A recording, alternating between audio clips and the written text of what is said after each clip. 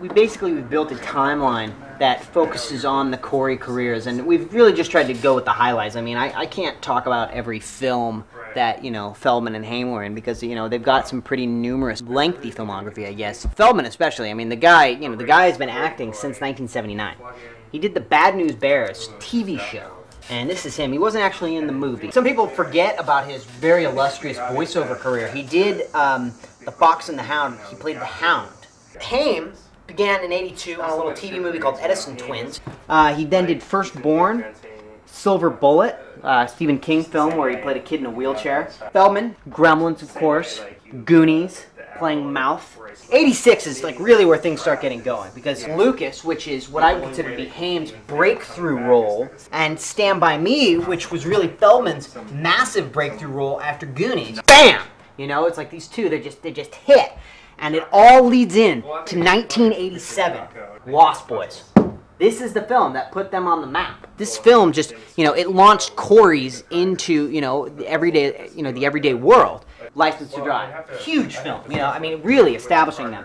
And then '89, they did Dream a Little Dream 1. And then something happened, and I'm not quite sure. I don't understand the break, but they split off.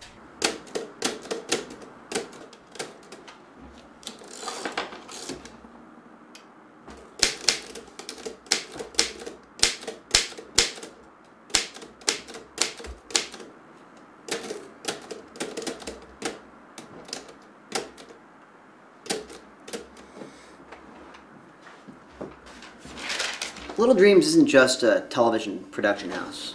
It's really a think tank for all of Brent and I's endeavors. One of our larger endeavors was actually .com, a pre-boom website. We scraped some VC together. Yeah, and it was, what was unwieldy? www.tinseltown.vip.hollywoodbigshotss.charliechapelin.celebrity.maps.sunset-maps.blue_prince.html, which didn't fit on coffee mugs or t-shirts too well. No, but the site was fairly functional. What you did is you would put in a celebrity's name, any celebrity. Yeah, anybody you wanted. And it brought up a map of their house, like how to get to their house. It was a map to their house, and it had their address. And if you scrolled down a little bit further, it had the blueprint to their house. Which was a novel idea. I mean, no one's done it since. No, it turned out not to be legal. We were constantly adding and removing celebrities to our master list just to keep up with Hollywood.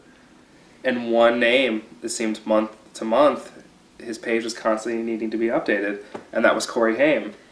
Yeah, I mean, at one point we had to get a map of the greater Los Angeles area and tack it up on the wall just to kind of track Haim's movements. Yeah, the Haim.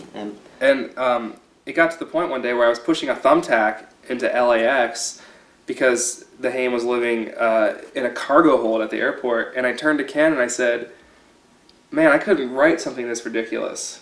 And I said, "Brent, I think we can." An interesting note, you know, we checked up on Feldman, and throughout this entire time, his address never changed. He was constantly living with his mother. And it struck us as a yin and yang dichotomy between the two. And, you know, as we got deeper and deeper into financial and legal trouble, it was good to have these two guys that we could always turn to laugh at. And know that they were kind of one rung below us at all times, you know? Because misery loves company, really. Yeah, that's true.